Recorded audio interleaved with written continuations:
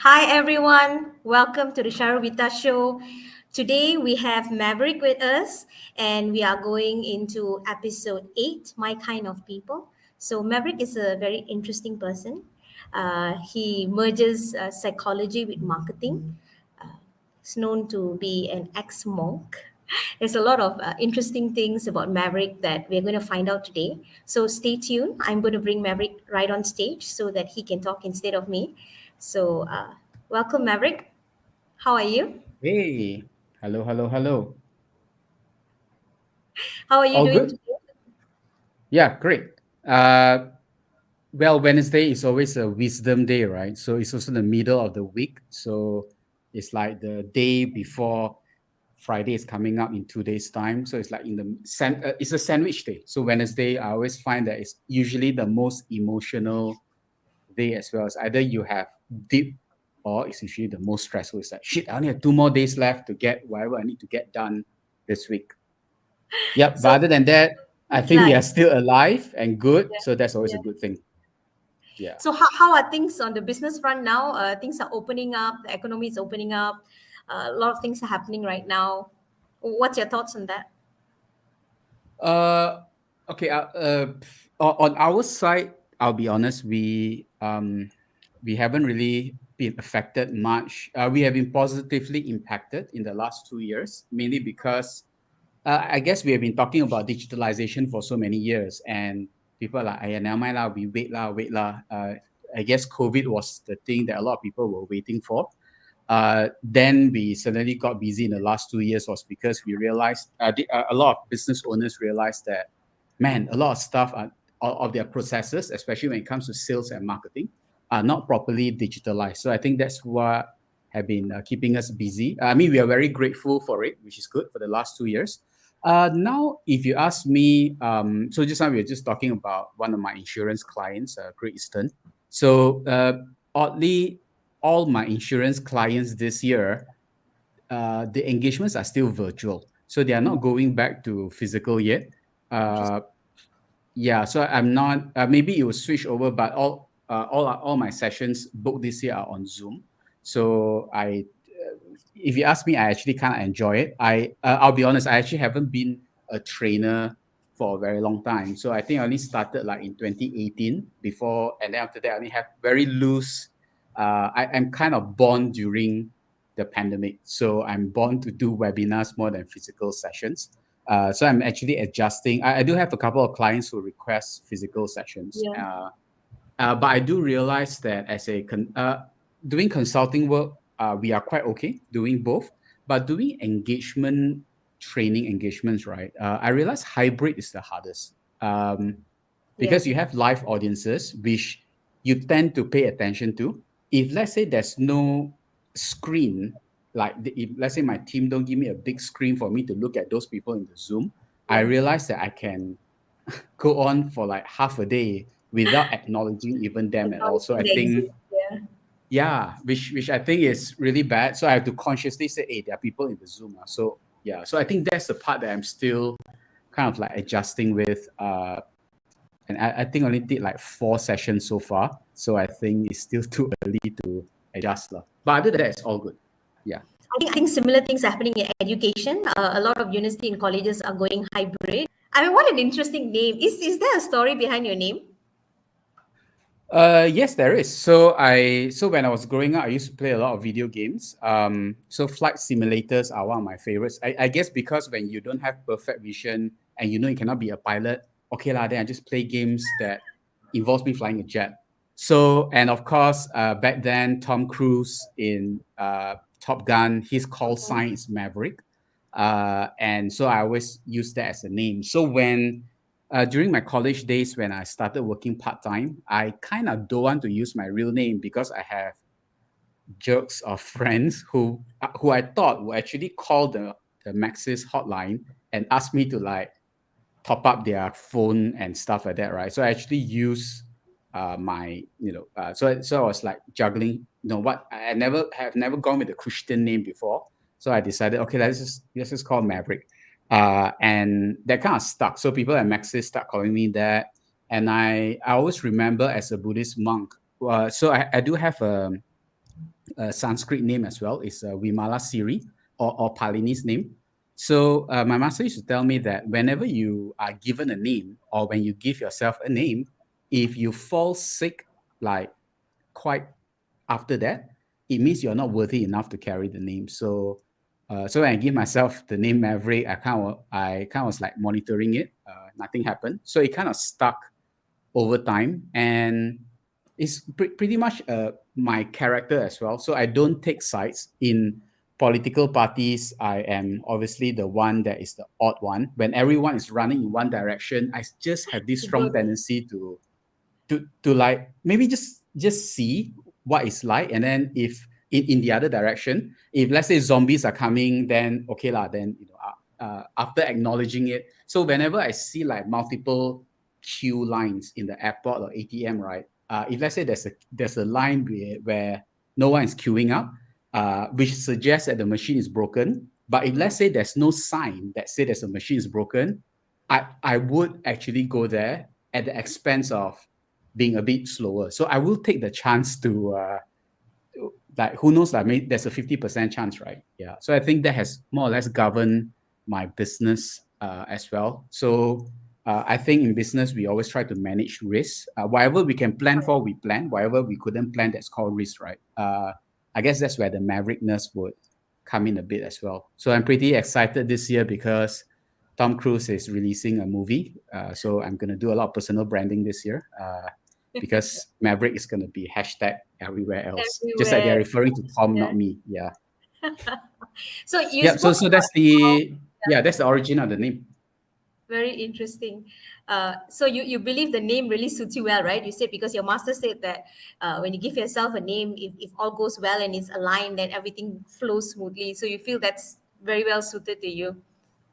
Yeah, and the crappy thing, I don't want to say it's a crappy thing. So being a Buddhist, because there's no afterlife, as in we don't go to heaven or hell. So I won't have actually have a chance to ask God. It's like, hey, did I get the name part right? But I can always imagine if I'm a Christian and I die, and then one day I meet God, and then God say that, man, the time when you call yourself Maverick, it was totally against my will, and you shall be punished. So, well, the good things with being a Buddhist that we just have a next life to look forward to, lah. Yeah, So I think yeah. so far is okay. It is an identity that suits me as well. So yeah, no complaints there. I think people always talk about what's in name, right? I had one of my friends from LinkedIn mention that we are given a name when we are young, right? Our parents give us names, and then we also have Uh-huh. names that we give ourselves. And sometimes the names that our parents give us might not be suitable for us. And since we chart our own journey, we have every decision to actually give ourselves our own names that we're comfortable with, our Yeah. our our soul names, also they put it, right? And I think it's really Correct. cool. I just found the name Maverick to be very interesting with what you do and the kind of person you are as well. So let's go a little further. You brought up your master, right? So Hmm. how did that journey start, right? Most people will look at you, Maverick. You're a marketer, right? So marketing and monk is like very far apart. So Uh, how did this whole monk journey start? actually, I would have been a monk first before a marketer. So my mom had always been a staunch Buddhist. So I think I was 14, so that's about secondary two, form two. So my mom asked, "Hey, there's this." Because I'm from Kota Baru, which is another state altogether. The temple is actually just in Brickfields, where my late master Dhammananda was there. So she was like, there's this program. If you go, no, my mom was a bit more manipulative. She actually came and asked me, "So do you love me or not?" So usually when your parents ask you start the conversation with this kind of question, it won't It's a end trick up question, well. is it? Yeah, so I'm so I was like, "What you want?" But which is very funny because on that note itself, because so I think one of the reasons why I'm interested in marketing, right, is because I'm always interested in psychology. So like this whole statement of "Do you love me or not?" So I realized when it comes to arguments. So husband and wife argument, we segue a bit lah. So so the husband would argue with the wife, blah blah blah blah, and then after that, if the wife is losing, sometimes the wife would say something like, "Hey, you love me or not?" And then after that, the man would just tone down and okay lah, just fine lah.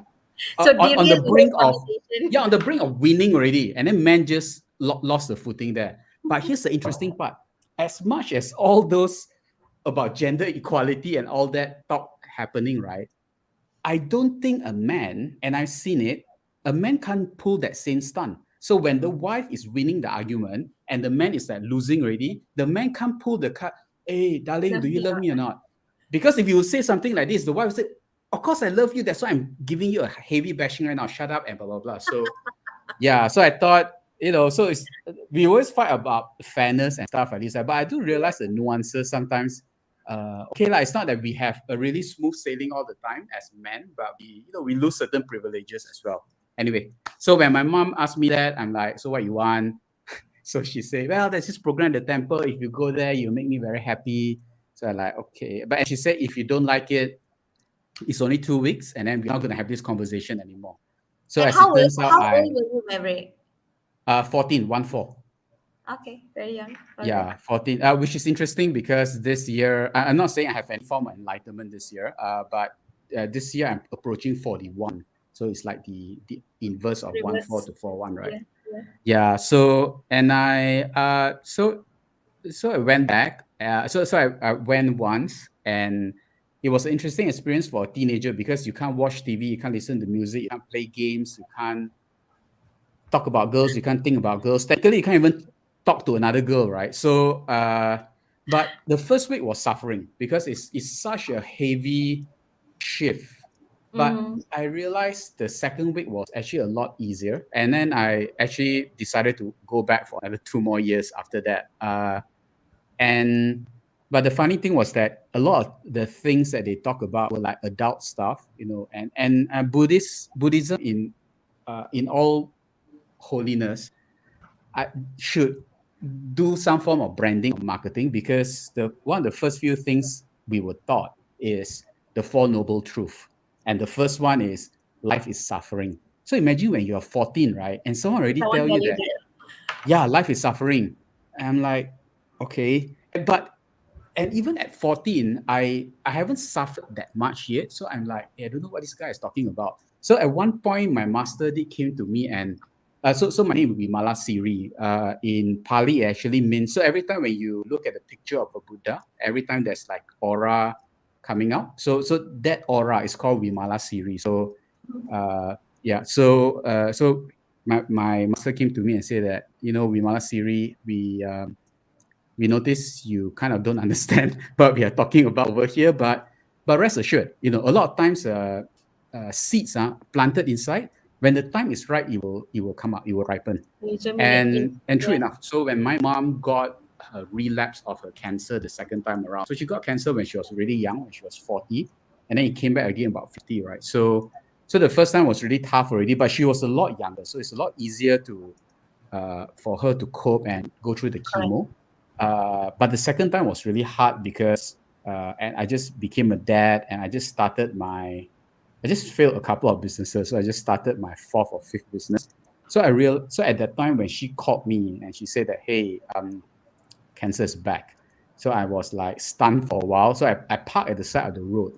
And that was when the seed, in a way, blossomed. So because for the longest time, I would always argue with the masters or the monks or even my mom because in Buddhism we are always taught to live in the present, Mm-hmm. focus on the present, don't talk about the Focus on past, the don't talk now. about the future, don't live in the past or future, but focus on the present. Focus on the now. And so at that time I think I realized that when someone may have slapped you and then you are still reeling from the pain, but if you focus on the present, there's actually no pain. There's actually no emotion because the pain and the emotion happened a couple of split seconds ago. Yeah. At the present moment, there's actually no emotion. So I think that helped me through those periods. And then when I got divorced and the family was separated and stuff like that. So those little moments actually do came back. And because my master did say that when the time is right, you will remember the temple, you remember the lessons.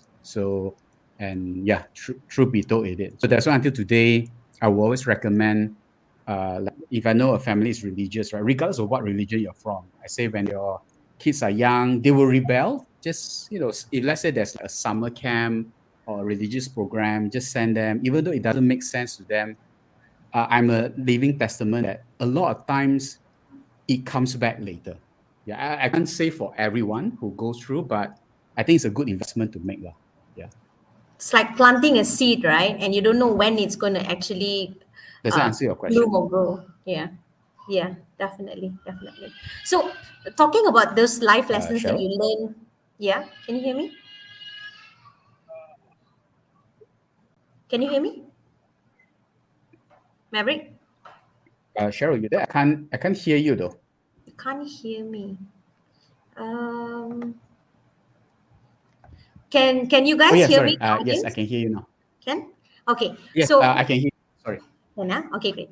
So, talking about your life lessons from being a monk, right? How do you apply those life lessons that you've learned? You've applied it to your life, right?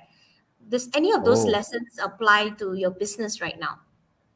oh yeah, it does. Your So when I capacity? started business, okay, so one of the precepts of being a monk is you cannot tell a lie.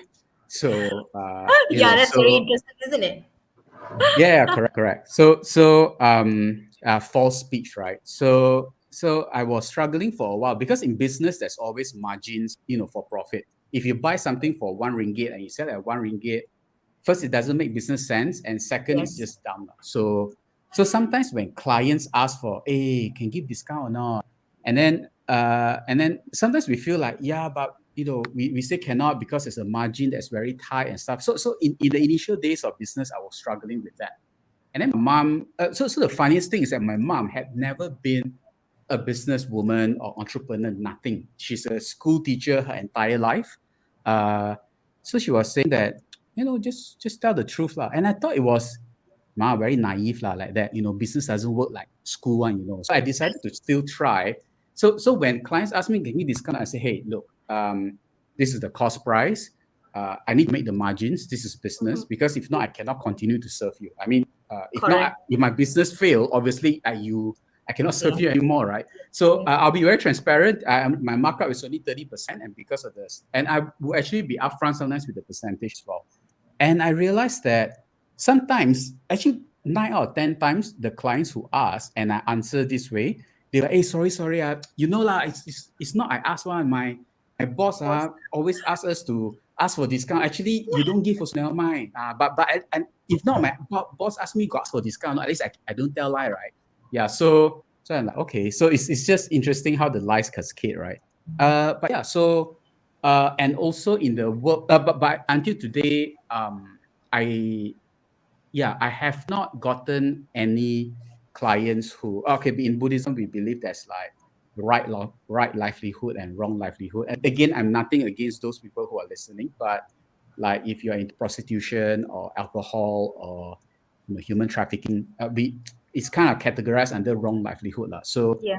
I did tell myself that I will never serve clients in that category. And oddly, in 19 years, right, I never had any. So I was never in a position where I have to deal with BAT or or alcohol brand, nothing. So which I thought is good lah.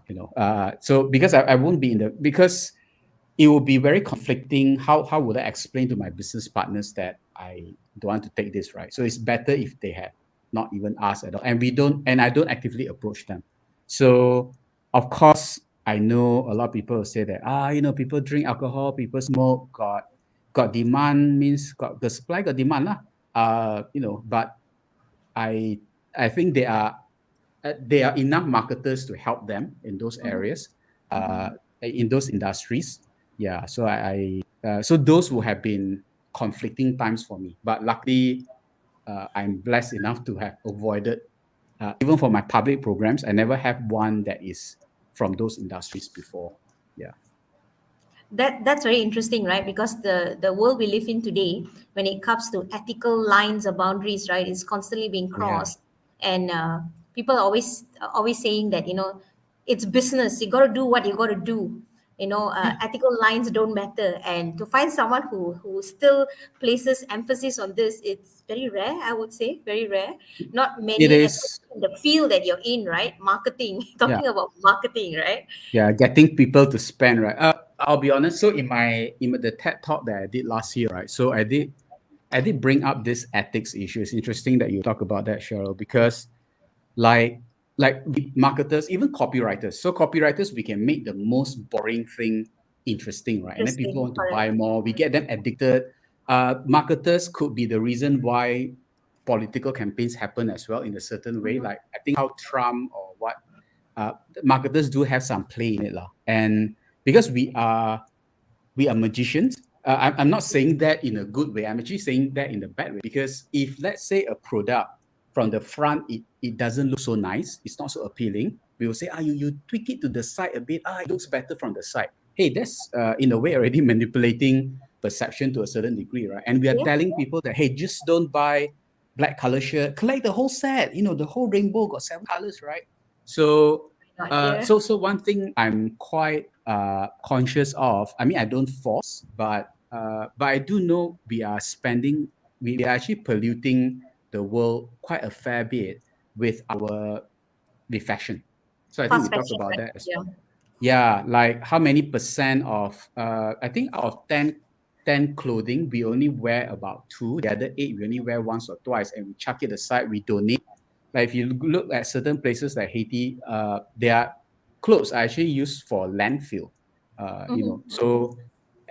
So I saw one stat which was even scarier is the amount of water that you drink 3 years Yes. is the amount of water that's needed to make one t-shirt to grow cotton to a certain degree, and then basically the whole process uh, is 3 years of water. Jeans is 9 years.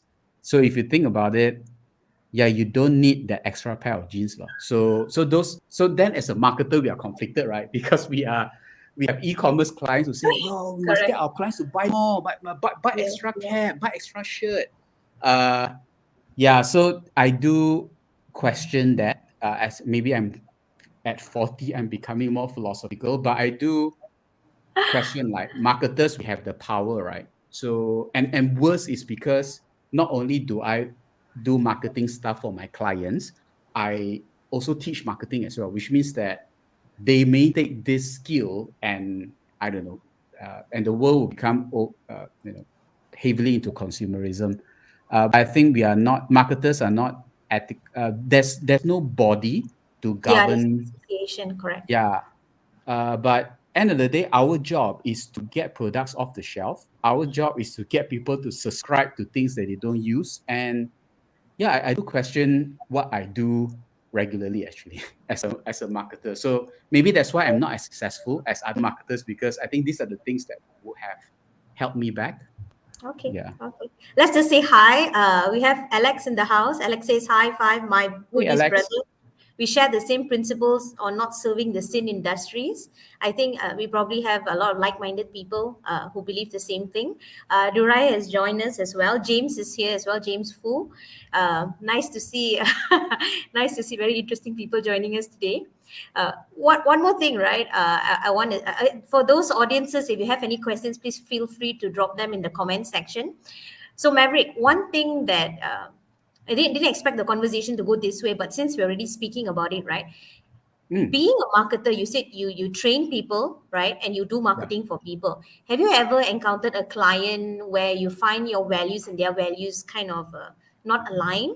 And what do you do with that, especially when it comes to questions of ethics and things like that? And when you cannot get them to see your view or your values, what happens then? Okay. Okay. I'll be honest. We cannot change the values of the client. Okay, so that's uh, against not just against authority institutes principle, but it's against my principle as well. Because in a way, I can because in under NLP, for example, which is Yeah, commonly taught, there's values elicitation. If I know how to elicit your values, if I know your values, it's damn easy for me to manipulate you. So, like for correct. example, if let's say someone who says that money is the most important thing, and the action dictates that, right? all it takes is just me just poking a few holes. Like, hey, money really important, man. Like those rich people, and then they are suffering, and then they are Yeah. not close with their family, and so all it takes is just me Just saying a fill couple of some things like holes this. in their ground, right? Yeah, their Yeah, foundation. it will shake their beliefs, which ultimately will shake their values as well, right? Then the question will become, will the person still be the same person? Because values are at our core. Yeah, Values dictate our who beliefs, we right? So if are. I shift the values, he may go back to the wife, and the wife may not recognize him or her anymore, right? So yeah, so I think in many ways, at the start, of the before onboarding a client, we will always do an alignment session. So that Mm, is where we would ask, what's the objective and stuff like this. Sometimes the objective is aligned, correct. but they may have, like, I think in Malaysia and all over the world, it's very common, this under table stuff and all that. Luckily, we don't have to be involved in those. But your next question will probably be, what if what if their business that is funding the main business we are working with is a bit dirty one, like Mm, gambling and stuff like that, right? Yeah. So end of the day, we are, as consultants, our job is to serve the clients, the objective that they are. If we know we cannot reach the objective, we wouldn't have signed it as a client in the first place. definitely, definitely, Yeah, but what they do with the money that we make for them, frankly, it's not my place to dictate. definitely. I would wish they would donate a certain percentage, but frankly, I can't. Yeah, We yeah. can't force them. Understand. Yeah, Understand. Okay, so we've asked you a lot of heavy questions early on, right? yeah. Yeah, Let the me go a light little light. questions. Let me go a little light. So I was saying earlier, right? There's something I want to ask you, right? That I've noticed Mm, about you. In every video, webinar, things you post where we see you, right? Live, so to speak, or even the videos you post up, right? Or the videos I've seen on YouTube, there is a certain look that you have, right? You have that beret you wear, your yeah. glasses, right? A black shirt. And one of the similarities you feel, I mean, you said you're not so successful, but one of the similarities I see with a lot of successful people, I mean, Simon Cowell and, all these top-notch businessmen, is that they always keep their clothing simple. And most often than not, they use black or white, like very simple clothing, right? Mm. Is there a brand to it, or is it something that you like? Is that related to you being very conscious about not contributing towards the whole fast fashion industry? What is that makeup that you have? Even your background, right? Yeah, Would you? it's also very black, right? Yeah. Yeah. You want Uh, to share a little bit on that? That's a little light, right? okay. Yeah, it's a multi-pronged question. So the clothes part, I kind of mentioned it, and I like that you use the word fast fashion because it's true. So Yeah. we, I think we are just buying too many clothes, to be honest. So I only have 7 black shirts. I have a couple that still is loose, so I just use it for gym wear or pajamas. But I only have 7 black shirts that I would go out to meet people. And then I have one pair of jeans, 2 shorts, uh, and 2 short pants. So I think all my belongings, including my laptop, can fit in a 7 kg bag. So Tony Fernandez helped me train that by limiting. I can only put 7 kg only. So because prior to COVID, I was traveling Thank you, quite Tony. about 90 days a year. And being Chinese, we try to be cheap. It's like, I'm not gonna pay for extra baggage. Okay, like you give me 7 kg, let me fit it. So yeah, so all my life belongings actually can fit within 7 kgs, including a laptop. So that's the black part, and so nothing else. If let's say I had to go to a event where I'm supposed to have a collar or a tie, I would. Well, that's why you have business partners, right? So that's why I asked James or Candy to go. Uh, I would tuck in my shirt anytime. But having said that, I'm in the process of getting a jacket, so a proper one.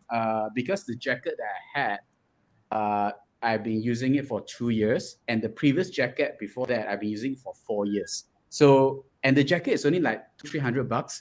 So a lot of times people will ask, "Hey Maverick, is it because you can't afford?" Can't be, right? Because it's only at 300 bucks only. I say, yeah, but my previous jacket is still wearable. Yeah. So yeah, so I've always been very so I don't know how much I can contribute lah, Yeah. one person. but at least someone who's listening to this say that, wow, really 3 years of water to make one t-shirt, right? I think at least that awareness, they will be a bit Consciousness. careful. Yeah. Yeah, awareness before change, right? That's what they say.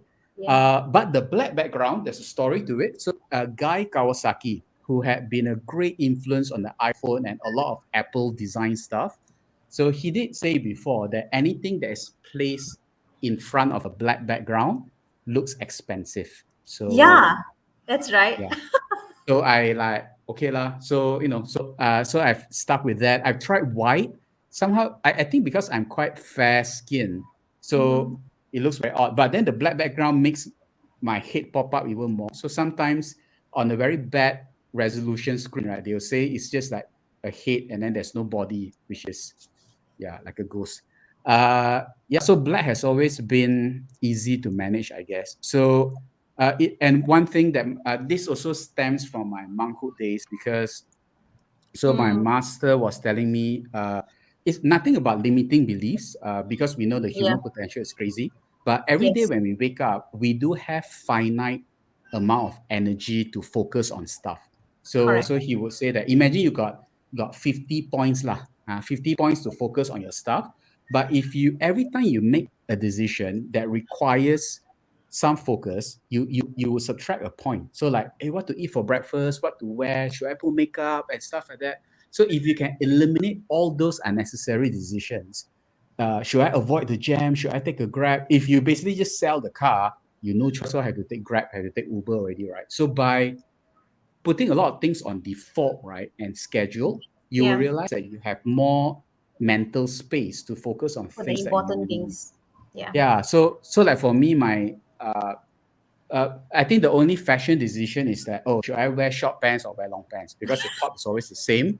And did I do laundry last night or not? If I didn't do laundry last night, means today I have no clothes. So it's a very easy, which I can set alarms and stuff like that. So like I can just look at the meeting tomorrow. Oh, I think I need to wear jeans. Okay, so I take my jeans out. That's it. So it really cuts down. I think Mark Zuckerberg or even Yeah. Steve Yeah. Jobs, I think they uh, it's not about dress for success, but I think they are just trying to keep things simple so they can People focus on things that really really matter. require.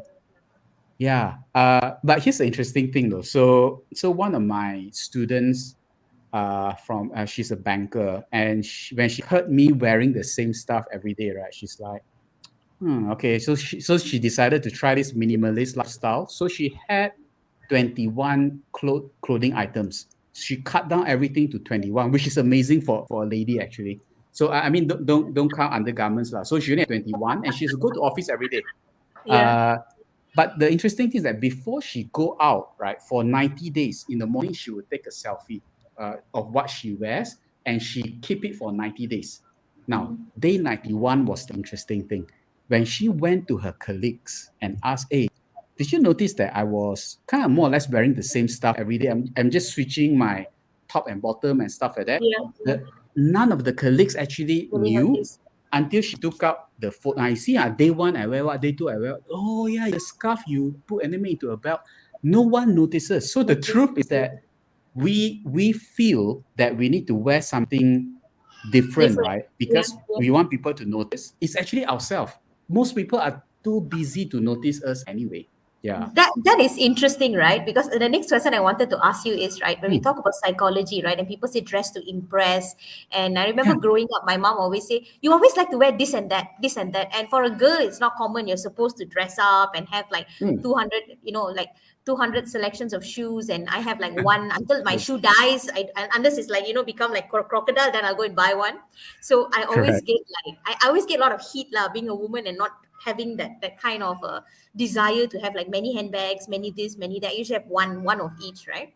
So Hmm. what do you think in terms, you said like psychologically it's something within us that we think people are looking at, but actually it's not. So like if you wear the same thing, we think that people will think like, oh, why is she wearing the same thing every day? But actually the psychology behind it, would you say, is that it's something within us that is reflecting? Yeah, it is. So, okay, there are two contradicting thoughts over here, which Yeah. we can explore. Yeah. Okay, but this one I need to credit, I think it was Bruce. Bruce Springsteen who said it, that how do you know you are an adult when you can hold two opposing thoughts in your Mm-hmm. brain at the same Yeah. time, Yeah. which means that so that's when you know you're adult. So okay lah, so not bad. Those of you who appreciate this, then you know yes, what, we are all adults already. Okay, so at one side of the equation, right, the spectrum. So Morgan Housel talked about this in The Psychology of Money. So you can just Google this thing called the paradox of money. The paradox of the man in the car. So every time when a car, when a Lamborghini or Ferrari or Bugatti, a really expensive car drives up, right, we actually spend most times looking at the car. We don't look at the driver. So what goes through our head is that, oh man, that's a nice car. I wish one day I can drive it. Uh, because of that, we think that, man, you know what? When I have that Ferrari, people are going to look at me. Wrong. Look at People you. don't look at you. People look at your car. Yeah. So you Yeah. see the endless cycle. So Yeah. so what happens that, oh, you know what? I need to work hard to get a Ferrari so that people will look at me. The saddest truth is that they don't. They look at the car only. So Correct. so Morgan Housel was a valet when he was, I think he didn't start off really rich. So he, as a valet, he realized that himself, and then he started asking around, hey, do you notice the driver or do you notice the car?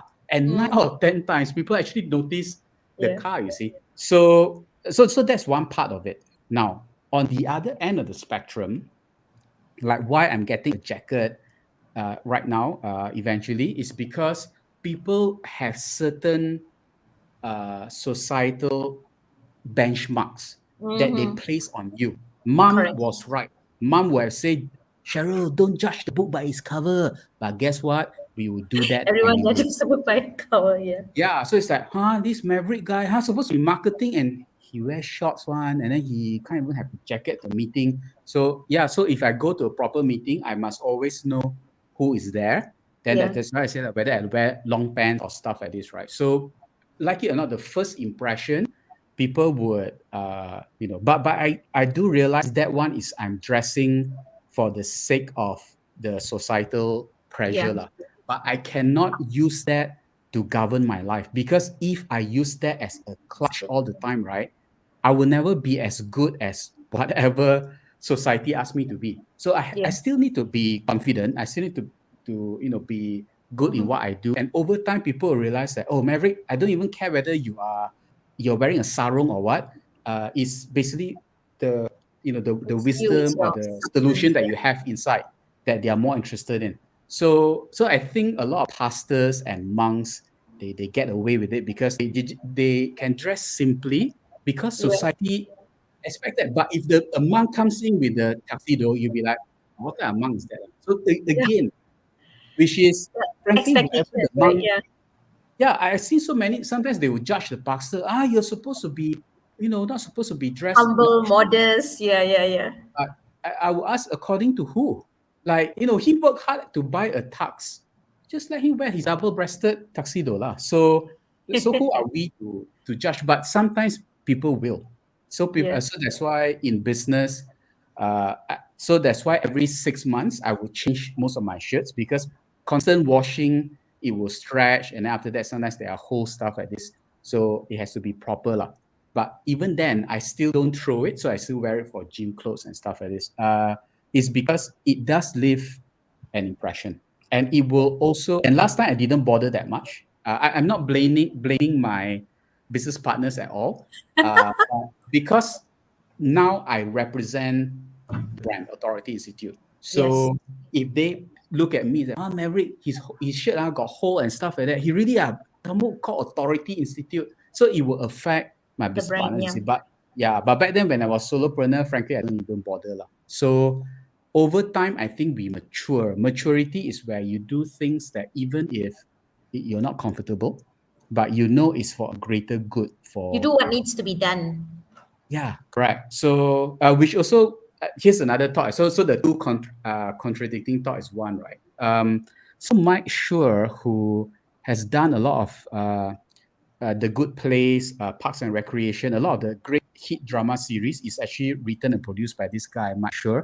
And during the pandemic, he wrote this book shit, I can't remember, but he only wrote one book, so it's easy. But he talks a lot about morality and ethics. So one of the things that he brought up in the book itself was this question: would you tip the barista when he or she is not looking?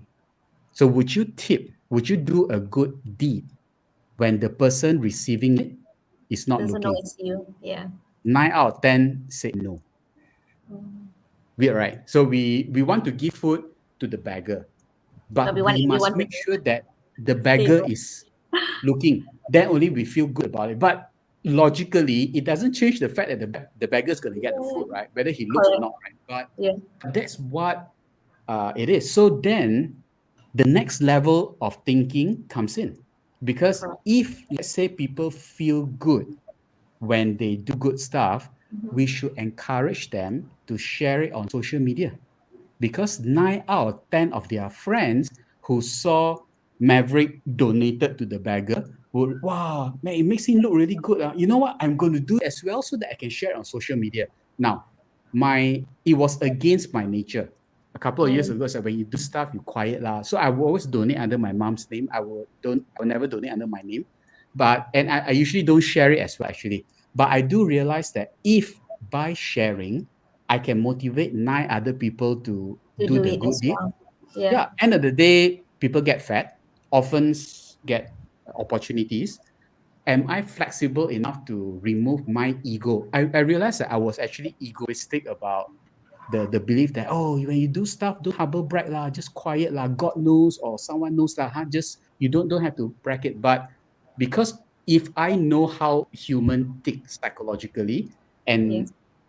if I can inspire them to do good stuff, why not? Because if you can solve poverty in this lifetime, hey man, at the expense of a bit of showing off lah. Very Okay. funny, right? Human nature. Very. It's always a battle of the mind, right? As you said, as you become adults, right? You know this part, but what about this? And I Yeah. think always asking ourselves and reflecting, I think that's important in our journey of growth. So Maverick, one thing I have to ask you, right, that I've been dying to Hmm. ask you, and I'm sure a lot of people are also wondering this, right? This is something very technical, of course. There's something about your videos or your live sessions, right? It's so crisp, your video. It Okay. looks so good. And of course, the whole imagery of it, right? What's your secret of creating such amazing quality crisp videos, or Oh, live okay. So sessions like even now, right? In terms of your setup. always have good internet connection. So I know that that sounds like duh, but it Yeah, means yeah. that you need to use a wired connection. So that's why I Correct. thought the pandemic was an interesting period, because we have new technologies, but we actually brought back old one as well. So I've never used a LAN cable, a RJ45 cable. Me neither. Yeah, for like I think the Longest super time, long right? time. Since it first Yeah. started in the beginning. Correct. Yeah, and then but because of the pandemic, because of all these classes, I knew I had to, because your speed easily can go from 2 to 5 times higher without upgrading the broadband service at all. It's just Without because a it's a mesh and wired all that. Yeah. connection. Yeah, and then after that, always have so the instead of using webcams, always use a camera. Actually, I do have a list of that you can maybe share it with with the audience. So I've kind of documented everything, all the equipments that I use, all the software that I use as well, because I do get asked like how you draw in the air all the time, So, but this has always been to, because I realized this thing goes back to what my mom teaches again as a school teacher, right? So she always tell me that whenever you draw something on the when you draw people in. People always pay attention when you're starting to draw something. Why? Because in school, Participate. Yeah. yeah, we are Yeah. trained that like the moment the teacher go to the board and write, even before the teacher started writing, the moment she walked there, okay, You're the bad mentally students prepared. will, yeah, the bad students will ignore lah, but the good students will just sit up straight, flip Yeah. to a new Yeah. page of the paper and ready to take notes ready.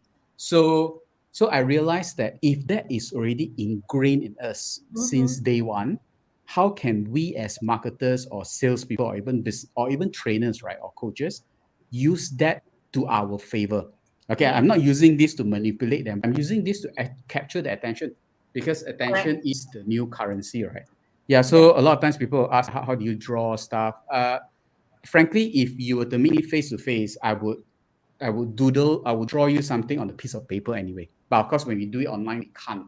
So Yeah. anytime when I were to in a Zoom call, when I suddenly I draw a triangle or something like this, I it never fails. People will be like, "Hey, how you do that?" So the fact that I Yeah. yeah managed to bring people's attention in, I think that's what marketers do, right? Yeah. Yeah.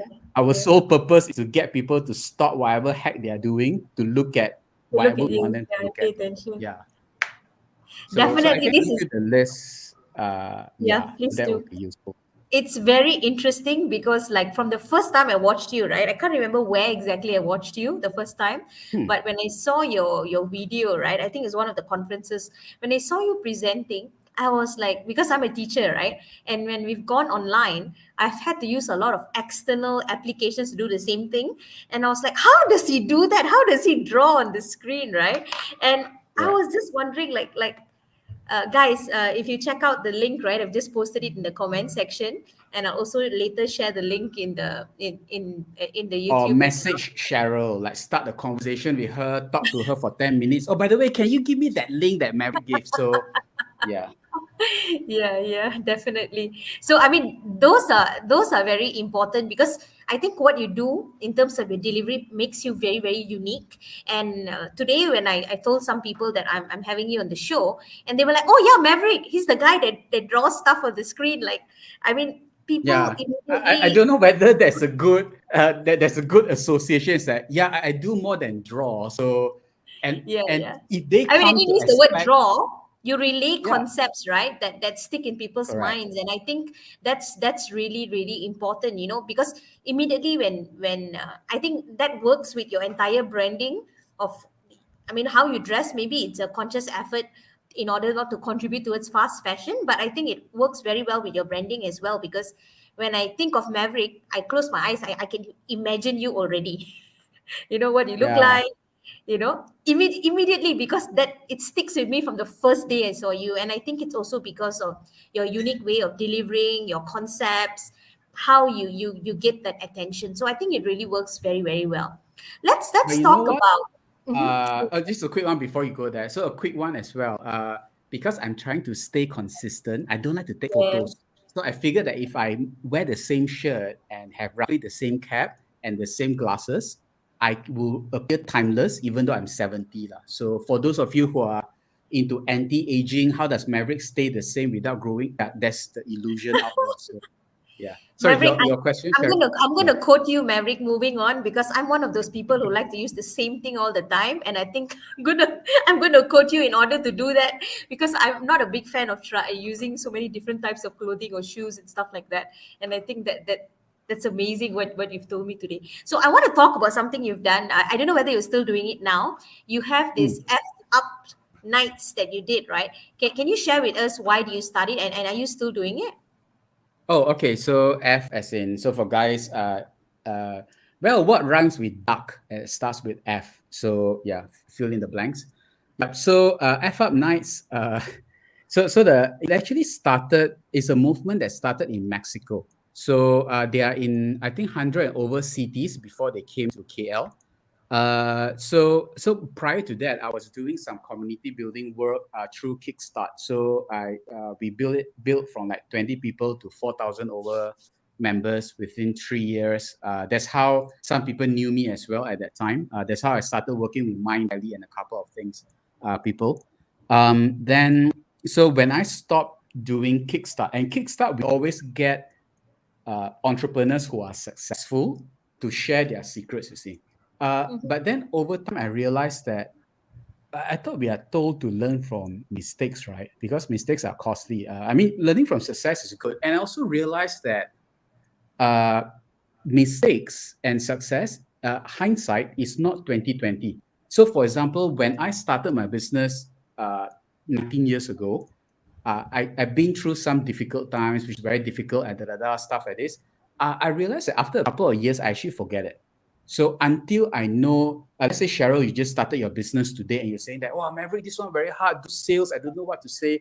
And I'm like, huh, really, man? Like it was so long. But because hindsight is not 2020. So Yeah, I yeah, realized that if I can bring people to talk about their failures, wouldn't it be cool? And some more it goes with Maverick lah. So where everyone's bringing all successful people, and like imagine bring Tony Fernandez and bro, don't talk about your success, huh? Tell me about your failure. All the times you almost went bankrupt, you couldn't raise your funds. I'm more interested into that. yeah, Yeah. yeah. So when they came to KL, they were looking for a someone to host the show. So I think so the joke that I used to give is that they basically listed out everyone that is suitable and they look at the most effed up person. They say, oh, I think that's Maverick. Just pick him. So the first time when we had the event, it was at Sentul, D7 Impact Hub. So great guys. So we had like 100 over people come. It was one of the largest events. And because people did not know what it was, they thought it was a government bashing event that we're going to talk about. Yeah, it's some sort of And this people are like, comedy, hey, bro, Yeah, you yeah, invite Najib, is it? Well, you invite Najib for F Up Nights, is it? Because at the time, he was the biggest F Up good person. story. Yeah, yeah. Yeah. So, but interestingly, so when I design the event, I always feature someone who has effed up long time ago, and Yeah. I always try to put in someone who is effing up, someone who is going through the pain. So it's like, Maverick, I just found my restaurant manager. I just stole 50,000 from the cashier Mm. yesterday, man. I'm like, "Ugh." And you can have so people can see that because I think a lot of times entrepreneurship is so glorified that even the entrepreneurs themselves, they don't talk about Yeah, the failures. Yeah. yeah, correct. So like for me, when I went to see a counselor, when I see a therapist, I attempted suicide twice before. So I'm usually very open because I'm telling you that, hey, uh, I'm a human. I'm not ultra successful, but I'm telling you there are times where I feel like cutting my wrist. I feel like jumping Yeah. off. I'm like, I just want to end it because I don't want people to want to become an entrepreneur or startup founder or business owner because they buy into this fake Rose-colored facade. glasses, right? Or what things are. Yeah, correct. So I think every choice you make, there will be pros and cons. Uh, Even if you inherit a business from your parents, right? There will be there is never smooth sailing, but people don't talk about that, especially Asians. Like Asians don't talk about Yeah, divorce. exactly. Asians don't talk about depression. Like, huh, Cheryl, go and see counselor. You What's wrong got with you? problem, is it? Psycho ah. Tanjung Yeah. Rambutan, What? remember? You okay or not? You okay or not? I'm like, yeah, we go and see therapists is to avoid the big volcano from happening, Yeah, yeah, from yeah. like if couples, husband and wife go and see a therapist, like, wow, this one should divorce already. Yeah. No, it's That's the whole it's point of it, the right? correct. So I'm like, yeah, but so that's why I'm always try to be as not controversial or what for the sake of, but I'm just being open. I said there are certain times, like one of the lowest point in my life was when I went to the bank to withdraw money because my son was sick. I had only 20 ringgit left. That was when I realized that you have to have minimum 50 ringgit to withdraw money out of it. So yeah, and those are times when it was really difficult. It was really tough, and I'm a single dad as well. So I think entrepreneurship or all that aside, I think there should be more conversations around divorce.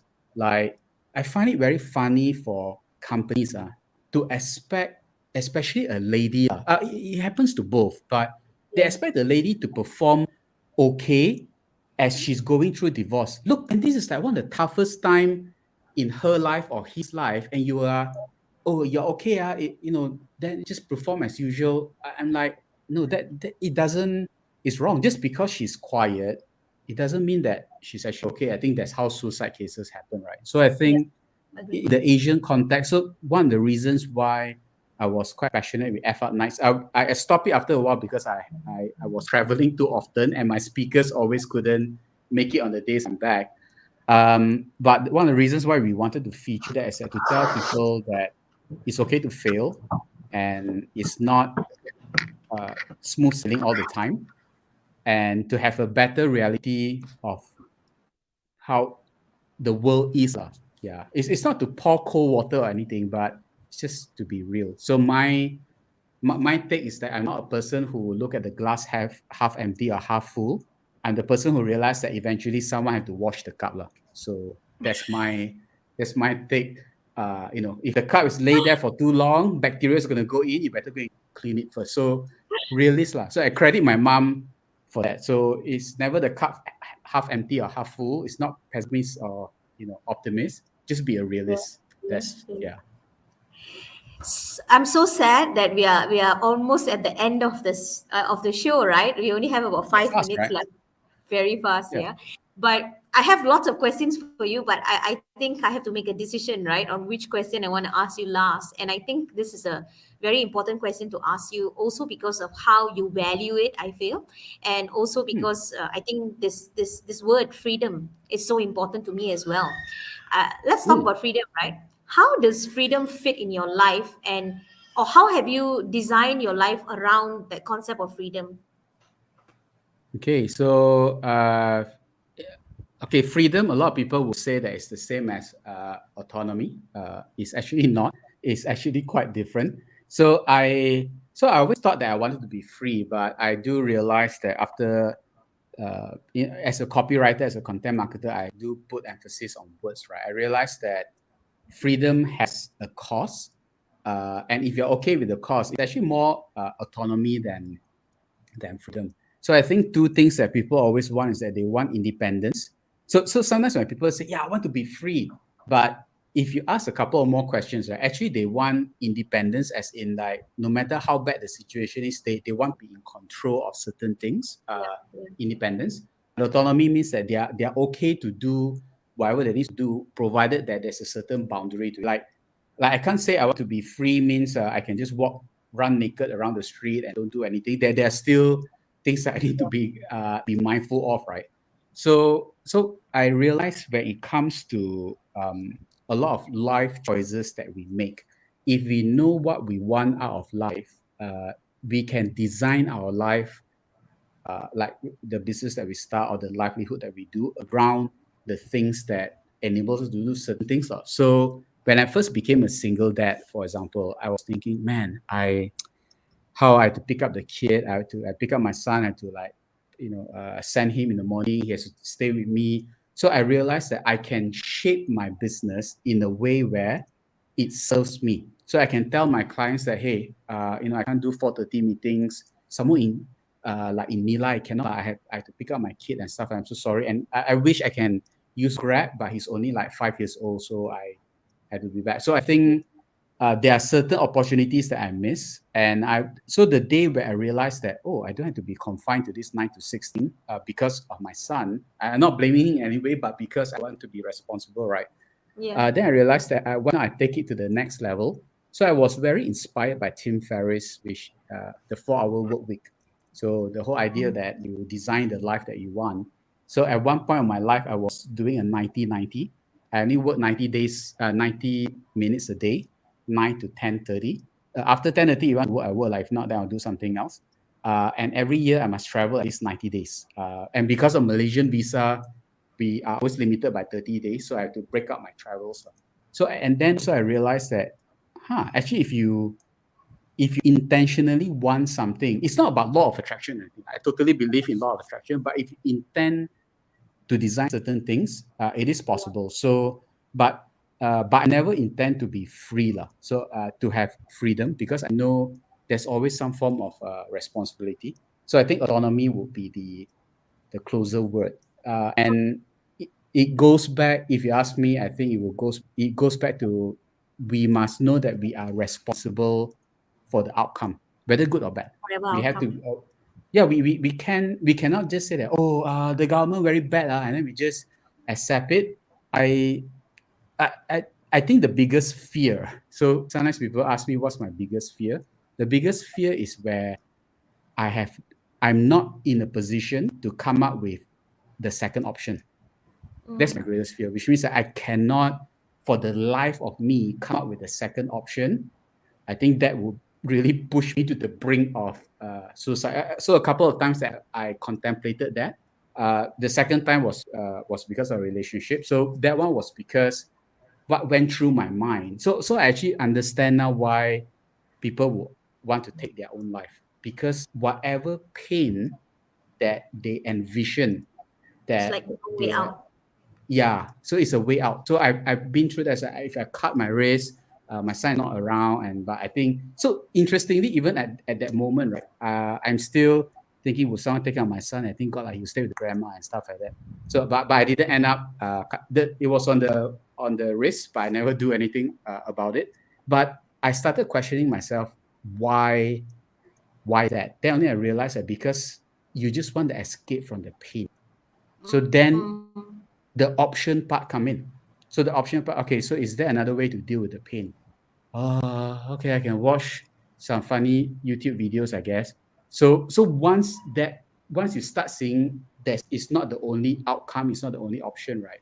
I realized that we realize, that there are a lot of things that we can actually do. It may not be the best solution, but it's better than being dead lah. So that's, I don't know whether that answers your uh, question. Despite being a Buddhist, I do believe in the Jewish belief of Tikkun Olam. So Tikkun Olam means that when you are born into this world, it somehow sounds very negative the way I say it, but it's what it means. The world needs fixing, and it's your responsibility before you die to fix it, to To fix play one your part of part. it. Yeah, so play your part sounds quite positive, but they deliberately say that the world is broken. Yeah. You are born here to fix it. So please do a good job. So that's the concept of Tikkun Olam. And I realized that the moment we realize that the world is flawed, we will start appreciating things that are beautiful about it. We don't live in a state where we are not grounded. And I think it takes. My mom used to tell me this: if everyone in the world is responsible, half of the world's problem will magically disappear, which is true. The moment we are responsible for ourselves, we are responsible with the words that we choose, the action that we take, right? There will be no wars. We will talk sensibly like people. And yeah, and interestingly, the other half of the problems I think we will just come together and fix it anyway. Yeah. Okay. So Thank blessings you to so mom. much, Maverick. Thank you so much. It's been a lovely 1 hour spending time with you and having this conversation. And I hope we'll have more conversations. To everyone tuning in, thank you so much for tuning in. Thanks for joining us and having this conversation with Maverick. Maverick, do you have anything else to to say to the audience, or any last words, any advice? Ah, I think okay, so I think let's all be a bit maverick maybe this year. Guess what? Tom Cruise is gonna make a movie. Is releasing a movie called Maverick this year. So I think totally should bank on it. So what does being a maverick mean? Change something that you do on a daily basis. Like it doesn't have to be if every day you have to take rice, take noodles. If every day you have to chew, you have to eat, like the post I did today, chew 50 times. Instead of not being mindful of how you chew, count until Yeah. 50 times, like chew 50 times. So try doing something different, because then only we'll always be amazed that, wow, it's actually possible. Yeah, it is a lot of things we stop at trying. So maybe I'll end with this story as well. So last year I dropped from 98 kgs to 85. So in 2 weeks. So within 2 weeks, I dropped about 14 kgs, 1 kg a day. So because I was doing this potato diet, which Wow. means that every day I only eat one potato a day, and no frying. You can only steam, you can only bake, and Yeah. no seasoning, you can only put salt. So for 14 days. So whenever I tell people that, because they knew me when I was a lot fatter, I was like 38 down to 32, my waistline. So Wow.